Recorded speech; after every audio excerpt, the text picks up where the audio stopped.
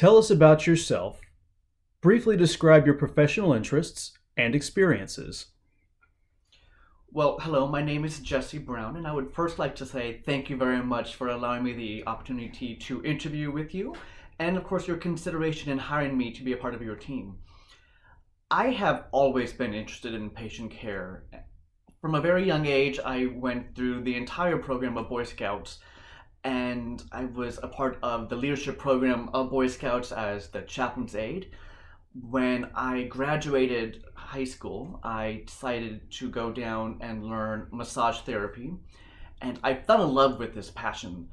I went to additional massage schools, both domestically and internationally, and eventually I actually became a board certified therapist in massage and bodywork. I decided to go back to school shortly thereafter, and a geology instructor who I had suggested I look into NOLS and WMI, which is the National Outdoor Leadership School and the Wilderness Medicine Institute. I became very interested in this program, but I decided to make my own goal before I would attend, which was earning my associate's degree in emergency medicine as a licensed paramedic. I attained this goal and I actually did attend. It was the winter of 2013, and we were in Wyoming, Nevada, Utah, and Idaho. It was a really fantastic opportunity learning leadership skills amongst the wilderness, high risk areas, extreme climates, um, deadlines to attend. Um, and the medicine program was fascinating as well in that learning how to do high angle rescue, extended care in inclement weather such as in a blizzard, how you're going to be caring for patients who broke their arm and you have to wait for the satellite phone to warm up the battery because it's so cold outside. So that care and that training was amazing, but coincidentally, while I was doing it, I also developed bilateral trench foot and frostbite in my right hand. And so now I have a very interesting appreciation for nerve pain. And of course, as you know, nerve pain is one of those strange things that you don't necessarily do a good job of testing. And it's unique because you can't necessarily see what the problem is. And so, with that, I was able to have a much stronger appreciation towards individuals who are experiencing pain. Um, about a year later, I was still serving on the ambulance in Dallas, and Ebola from West Africa actually made its appearance in Dallas, and two ICU nurses actually became infected. And I was a part of a very elite group of individuals, two paramedics and an EMT, who transported the two ICU nurses to Dallas Love Field for specialized definitive fixed wing transport to both Emory University, excuse me, and the National Institute of Health. This transport was really fascinating, especially following my experience with Knowles and WMI, because with WMI, it's learning how to do, this care with limited resources in inclement situations. It was very similar with the Ebola transport. Our protocols that we would normally follow, all of that changed. We had very strict rules, and we had to learn how to do all of this stuff in a very short amount of time, so that the two nurses could actually attain the care that they needed. Um, and then it was an interesting side note that I got the bug. I was fascinated with infectious disease and I really wanted to go down that path. And so I actually escalated my nursing prerequisites, and in just a few months' time, I'm going to be graduating and I hope to be joining your guys' team. Thank you. Please tell us, where do you see yourself in your career in 5 to 10 years? Alternatively, what are your long term career goals?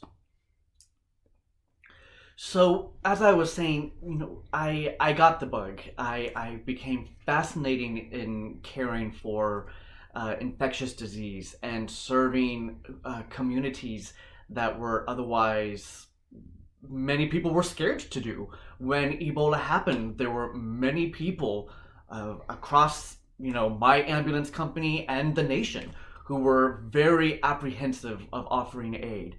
Whereas I was the complete opposite. I wanted to go deeper into this specialized medicine. I'm very interested, as I was saying, in obtaining higher training. I'm looking at various grad school programs now, actually, on public health and infectious disease. Right now, Wuhan, the coronavirus from China, is spreading internationally. I heard today that over 800 patients have died due to the disease. And I'm going to be honest, I feel behind. I don't exactly know everything that I would like to. Obviously, I'm in nursing school, so I need to cut myself a little bit of slack.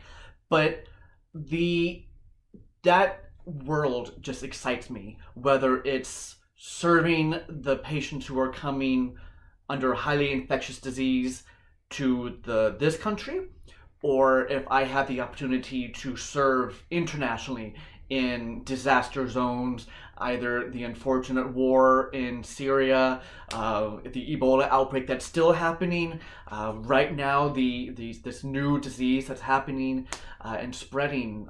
So either serving on the front line or even on the educational side, because since I've been back and I've been working in the hospital, I've been learning and becoming trained in HERT, which is the Hospital Emergency Response Team, and IDART, the Infectious Disease Response Team. And I mean, I come with an interesting perspective and experience having actually done it. And I mean, I love to teach, and being able to share that with both new employees and even patients who we've been having the opportunity to talk about. It's really fascinating, and hopefully, I land a job with Doctors Without Borders, working for the WHO, the World Health Organization, or your company is a powerhouse internationally, and maybe even develop a program that we can expand and do some international aid through your company as well.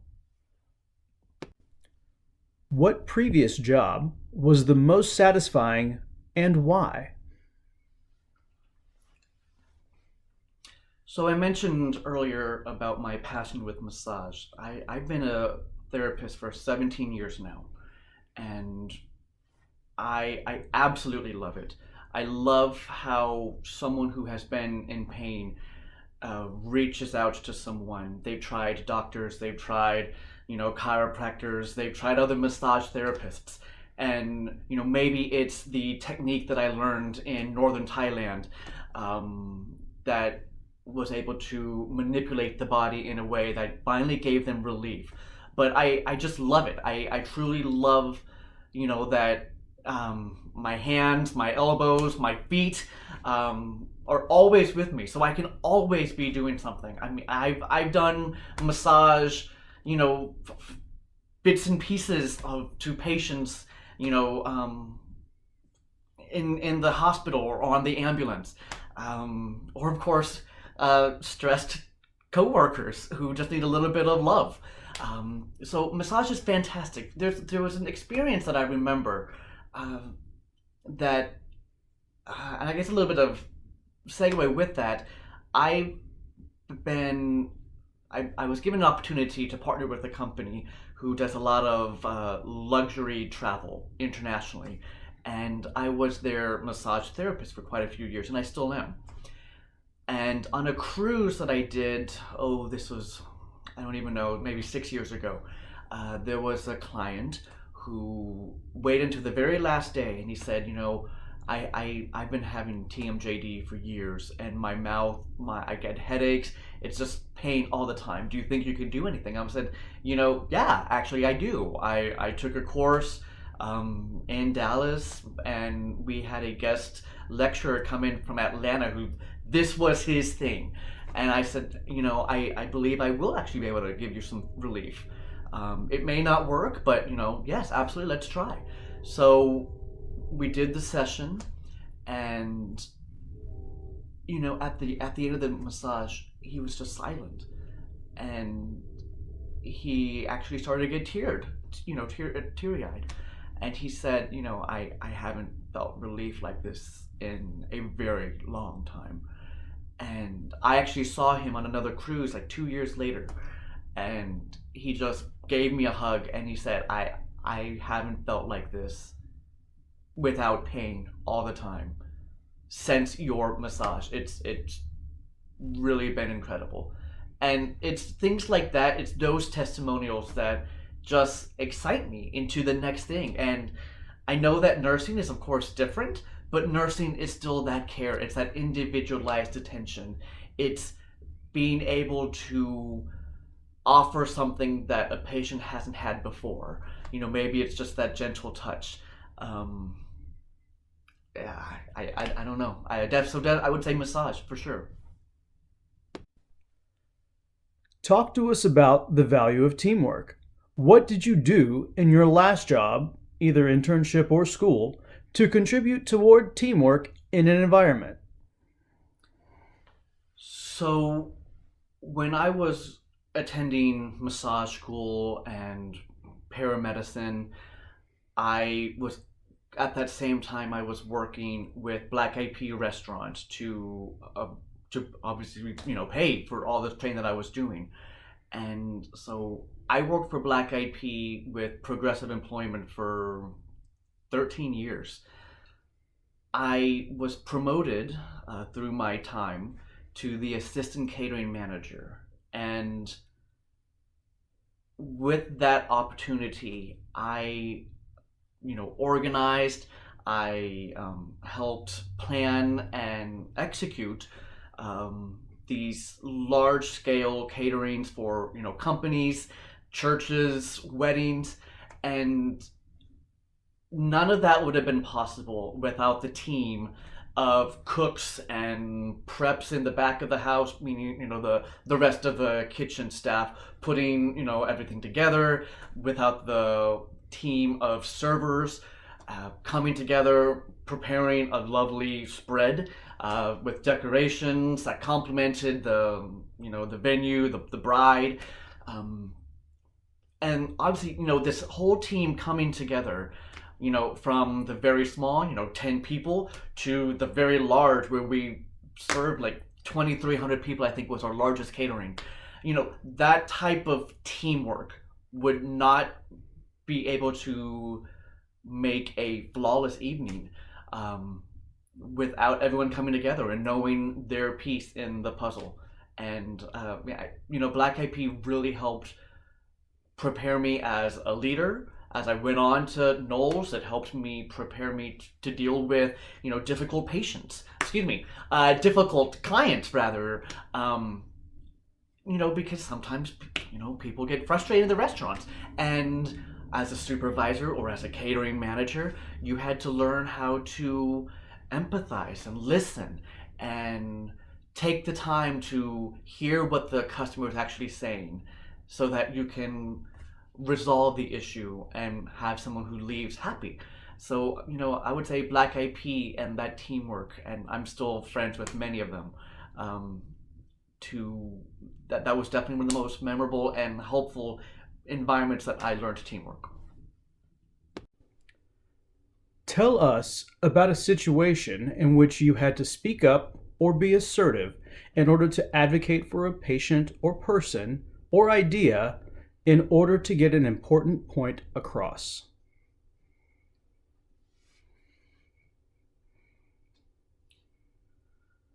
Um, I guess this is a personal experience then.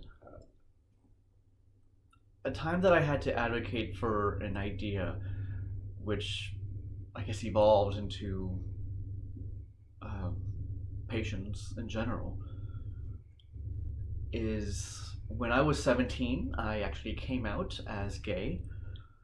And when that was in 2000, and that was long before gay marriage was accepted in any state. Don't ask, don't tell was still the law of the land. Sodomy was still legal. I'm sorry, sodomy was illegal in Texas, and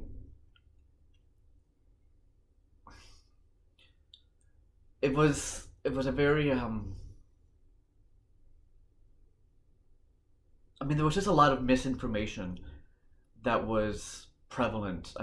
This was at a very large high school in Dallas Fort Worth, and excuse me, this was a very large high school in Dallas Fort Worth, and at the time when I came out, I just took it and ran with it.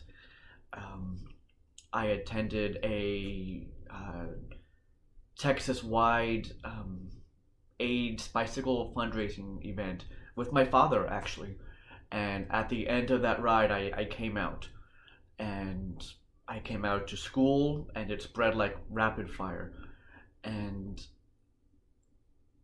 there was just a lot of misinformation, fear, rudeness, and I felt like I needed to do something. I was always taught from a young age to stand up against ignorance and um, disrespect and things of that nature. And so I actually started to create what's called a gay straight alliance.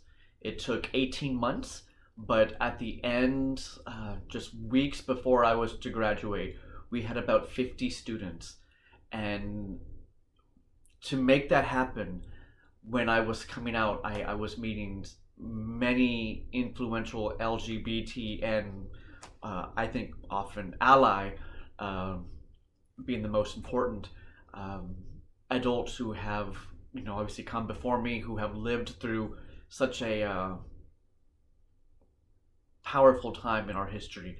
Um, I remember many of them in the 1980s, they were talking about the HIV/AIDS crisis and how many of the patients, they were receiving just very subpar care at many of the hospitals, and how just so many people were afraid to touch them, afraid, they just didn't know, they didn't know what to do.